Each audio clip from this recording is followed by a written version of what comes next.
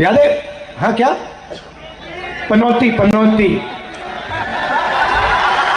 पनौती, वो अच्छा भला वहां पे, अच्छा भला हमारे लड़के वहां पे वर्ल्ड कप जीत जाते, वो वहां पे पनौती हरवा दिया।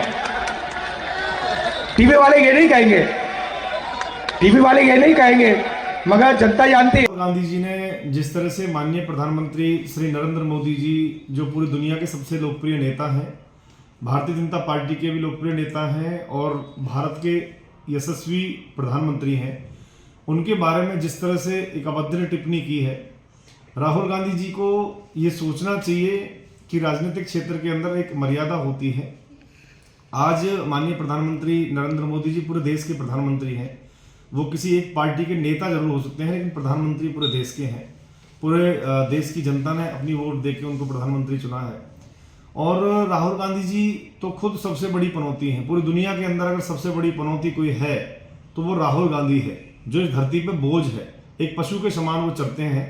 और राहुल गांधी को ये सोचना चाहिए कि अपने पूर्वजों की परंपरागत अमेठी की सीट थी, जिसको कभी गांधी खानदान नहीं हारा, राहुल गांधी उस सीट को भी चुनाव हार चुके हैं। और ऐसी हमारी एक छोटी सी कार्यकर्ता भारतीय जनता पार्टी की स्मृति ईरानी जी ने उनकी जमानत जब्त करने का काम किया और चुनाव में हरा दिया उनको, जब वो उनकी परंपरागत सीट थी।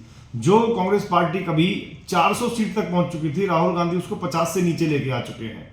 राहुल गांधी के नेतृत्व में कांग्रेस पार्टी ने 50 से ज्यादा चुनाव लड़े हैं, जिसमें से लगभग 90% चुनाव के अंदर राहुल गांधी की कांग्रेस पार्टी को हार मिली है।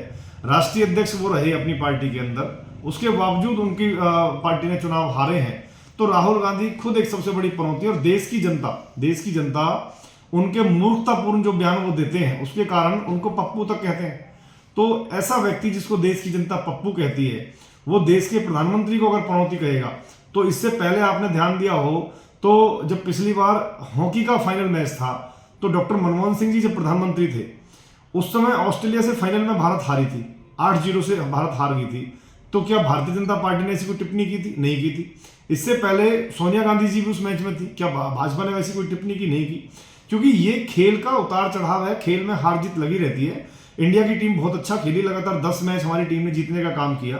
एक मैच में अगर हारे तो उसमें ऐसा कुछ नहीं, खेल है, उसमें हारना जीतना लगा रहता है। लेकिन माननीय प्रधानमंत्री नरेंद्र मोदी जी ने हार के बावजूद जिस तरह से वहां जाकर के अपनी टीम का हौसला बढ़ाया, उनको संबल दिया, और चाहे देश के वैज्ञानिकों का विषय हो, चाहे देश के सैनिकों का विषय हो, चाहे हमारे खिलाड़ियों का विषय हो, माननीय प्रधानमंत्री नरेंद्र मोदी जी हर जगह पहुंचते हैं। तो राहुल गांधी जो आलू में से सोना निकाल देते हैं, जिसको पूरे देश की जनता पप्पू के नाम से जानती है, और माननीय प्रधानमंत्री नरेंद्र मोदी जी ने जैसे कहा था कि वो मूर्खों के सरदार हैं, तो ऐसे मूर्खों के सरदार से और आप आशा और उम्मीद भी क्या कर सकते हैं। और मैं ये कहना चाहूंगा आपको कि पूरी दुनिया के अंदर सबसे बड़ी अगर कोई पनौती है, जो इस तरह का व्यक्ति है राहुल गांधी, जहां पे वो जाता है वहां कुछ ना कुछ अशुभ होता ही होता है।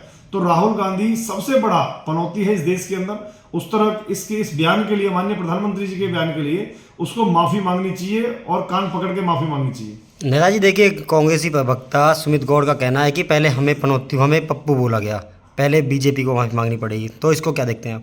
देखिए, पप्पू राहुल गांधी को देश की जनता बोलती है, भारतीय जनता पार्टी के लोग नहीं बोलते। हम तो देश की जनता जो बोल रही है उसको दोहराने का काम कर रहे हैं। कहीं भी राहुल गांधी अगर जाता है तो पप्पू पप्पू की आवाज लगती है। तो देश की जनता पप्पू उसको इसलिए बोलती है कि कोई भी इस तरह की बात जो सामान्य विवेक का व्यक्ति भी समझ सकता है, राहुल गांधी के अंदर इतनी बुद्धि भी नहीं है। कांग्रेस पार्टी के अंदर जो लोग हैं वो जबरदस्ती राहुल गांधी जैसे व्यक्ति को नेता बनाने पर तुले हुए, उसके अंदर वो गट्स ही नहीं है, नेता वाली कोई बात ही नहीं है राहुल गांधी के अंदर। और सही मायने में एक जोकर का काम, लोगों को हंसाने का काम, जोक मार्केट चल रही है। अगर आज कपिल शर्मा को सबसे बड़ा खतरा है देश में कॉमेडी के मामले में, तो वो पप्पू भैया यानी राहुल गांधी से है। और पप्पू नाम राहुल गांधी को देश की जनता ने दिया, भारतीय जनता पार्टी ने नहीं दिया। राजनीतिक चुनाव गरमाया हुआ है, और कैसे देखते हैं आप? बीजेपी के राष्ट्रीय प्रवक्ता भी हैं।